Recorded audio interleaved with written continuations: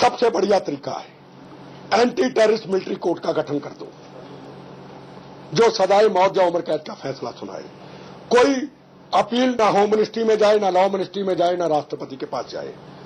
सबसे पहले राष्ट्रपति प्रणब मुखर्जी, मैं कहता हूं कि गलत जगह पे चले गए, हिंदुस्तान का प्राइम मिनिस्टर होना चाहिए था। फटाफट फैसले हुए, फटाफट। तो मैं ये कहूंगा एंटी टेररिस्ट मिलिट्री कोर्ट का गठन कर दो, ना इसका कोई पॉलिटिकल फायदा ले सके, ना वोट की राजनीति कर सके, ना देश के हालात खराब हो। जितनी भी फांसी रुकी है इसके पीछे वोट की राजनीति है। कहीं हमें तमिल वोट चाहिए, अगर अफजल को फांसी होती मुस्लिम वोट चाहिए, बुल्लर की फांसी अगर रुकती है तो हमें सिख वोट चाहिए। ये टोटल वोट बैंक की राजनीति है। किसी को देश का आज फिक्र नहीं है, देश गुलामी की तरफ जुझ रहा है। आप राष्ट्रपति से मिलने जाएंगे, ऐसा जो आप कह रहे हैं? राष्ट्रपति जी का धन्यवाद, शहीद परिवारों से मिलकर के मेडल लुटा करके उनका धन्यवाद कर चुके हैं, और राष्ट्रपति जी का आज फिर मैं धन्यवाद करता हूं। मौका फिर मिला फिर जाऊंगा। तो 20 साल की लंबी लड़ाई, फाइनली सुप्रीम कोर्ट का फैसला राहत देने वाला। सुप्रीम कोर्ट का ये फैसला, 20 साल की लंबी लड़ाई आपने लड़ी थी, सुप्रीम कोर्ट का ये फैसला, आपसे जो है ये कहेंगे कि सुकून मिला है, अब जो है आप आगे की लड़ाई अपने हिसाब से? मुझे सुकून नहीं मिला है, मुझे तो सुकून उस दिन मिलेगा मेरी और राजीव गांधी की सुरक्षा हटाने वालों को, जब फांसी के फंदे पे उन पुलिस अधिकारियों को, उन सेंटर की इंटेलिजेंस एजेंसी के अधिकारियों को, उन पॉलिटिशियन को लटकाया जाएगा। मुझे इंसाफ मिला है, जो मेरे साथ जवान शहीद हुए हैं, जो मेरे साथ यूथ कांग्रेस के कार्यकर्ता शहीद हुए हैं, उनका मुझे सुकून मिला है। मुझे सुकून उस दिन मिलेगा जिस दिन ये ब्लास्ट करने वाले दोषी, कोई मदद करने वाले इंटेलिजेंस एजेंसी के अधिकारी, पुलिस अधिकारी और कांग्रेस पार्टी के नेताओं को सजाए मौत मिलेगी, जिन्होंने हमें बार बार आतंकवादियों के आगे फेंका। मेरे बारे में कराते 12 बजे आपका भी चल ही रहा है। कहाँ चल रहा है? चल रहा है मेरा 15-20 मिनट का है। बहन जी बिल्कुल सही है, ऑलरेडी 11:30 से 12 के बीच में सर इन्हें 12 बजे कर दिया है। बहन जी देंगे। हाँ, तो एमएस बिट्टा इस फैसले के बाद अपनी प्रतिक्रिया देते हुए, मनीष जी हमारे साथ लगातार बने हुए। मनीष जी, फैसले का स्वागत हुआ है, राहत मिली है, लेकिन साथ ही इस पर सियासत की झलक भी दिखी। जी, जिस तरीके से आग बबूला हो रहे थे एमएस बिट्टा, वो ये साफ दिखा रहा था कि उनकी नाराजगी किसी और से नहीं है, उनकी नाराजगी अपने ही पार्टी के उन नेताओं से है। उसमें वो जिक्र करते हैं कपिल सिब्बल का, वो जिक्र करते हैं अंबिका सोनी का, और एक अपने शुरुआत में जब वो मीडिया से बात कर रहे थे वो कह देते हैं कि मैं उन युवाओं के पास नहीं जाऊंगा। तो वो युवाओं कौन? युवाओं का संकेत वो किस ओर कर रहे हैं? जाकर मैं अपनी सुरक्षा नहीं मांगूंगा। तो इन सारी बातों को जो एक बड़ा तस्वीर अगर हम देखें, जिसकी बड़ी तस्वीर दिखाई देती है, वो ये कि बिट्टा को नाराजगी है उनकी जो एनएसजी विड्रॉ कर ली गई है 1.5 साल पहले, और फिर बाद में वो तुलना कर देते हैं कि राजीव गांधी की भी जिस तरह से सुरक्षा विड्रॉ कर ली गई थी, कम कर दी गई थी, उसी तरह मेरे साथ हुआ है। आखिर ये करने वाले कौन? वही सरकार में बैठे मेरी ही पार्टी के नेता हैं। तो एक तरह से बिट्टा फांसी की जो सजा है उसको जो खारिज की है सर्वोच्च अदालत ने, उससे खुश है, लेकिन अपनी पार्टी के लोगों से खफा, नाराज और आग बबूला जरूर है। बिल्कुल, कहीं ना कहीं अपनी ही पार्टी से नाराजगी है, यहाँ पर सीधे तरीके से नहीं लेकिन घुमा फिराकर मतलब उनका यही निकला, और उनकी नाराजगी उनके एटीट्यूड पे साफ नजर आ रही थी।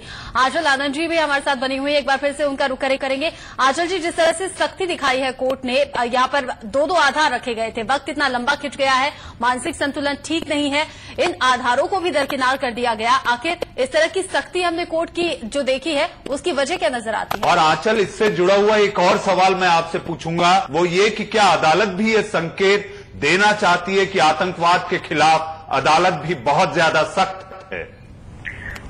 देखिए, मैं आप दोनों को सबसे पहले तो ये बताऊंगी कि इसे न्यायपालिका में भी देख लीजिए। अगर ये 1993 का ब्लास्ट है तो लगभग 10 साल बाद देश की सबसे बड़ी अदालत ने देखा जाए तो 2002 में अपना फैसला सुनाया था, नंबर 1। उसके बाद 11 साल की डिले होती है मर्सी पिटिशन को डिसाइड होने में। पिछले साल अप्रैल 19 को ये फैसला रिजर्व हुआ था और करीब 1 साल के बाद सुप्रीम कोर्ट का खुद का फैसला आया है। तो जहां डिले को देखा जाए तो इस देश में यूं ही 3 करोड़ केसेस लंबित नहीं पड़े हुए, पेंडिंग नहीं है।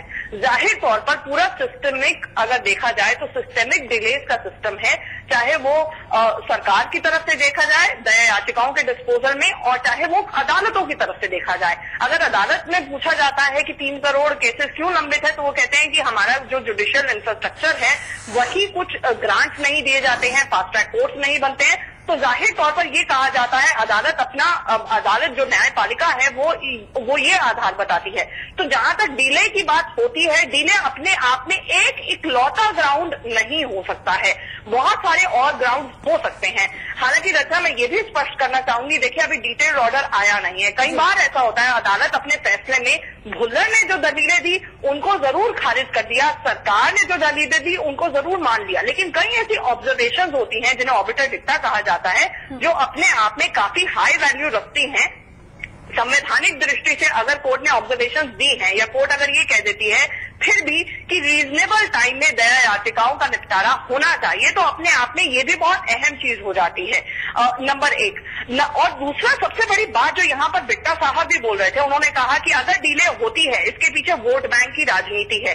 एक वोट बैंक की राजनीति जरूर है, क्योंकि जस्टिस सिंघवी ने इस मामले में जब सुनवाई की थी, मैंने आपको बताया कि किस तरह से राजवाना का उदाहरण दिया था, जब पूरी की पूरी पंजाब सरकार एलसीपीसी जब वहां पर बिल्कुल दंगों वाली सिचुएशन हो गई पिछले साल, तो 2012 में वो एकदम से एक आए देखा ना बाएं, वो सीधे तौर पर कहीं ना कहीं फांसी रुकवाने के लिए जुगत करने लगे।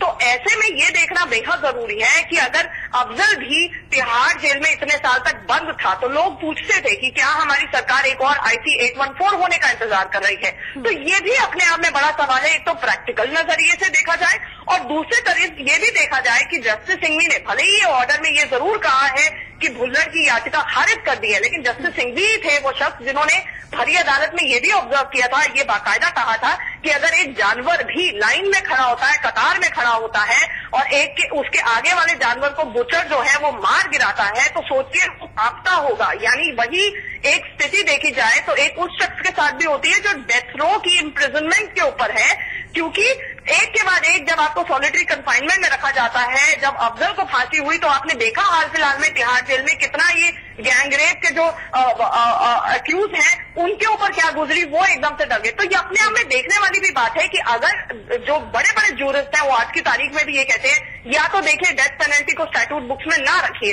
अगर ये देश कैपिटल पनिशमेंट के हक में नहीं है तो इसको हटा दीजिए आप, लेकिन जब तक IPC में सजा है और जब तक अदालतें ये सजा दे रही हैं तो अदालत की रिस्पेक्ट कीजिए, कम से कम इन फैसलों को जल्द से जल्द एग्जीक्यूट कीजिए, उन्हें दया याचिकाओं के नाम पर ना लटकाएं।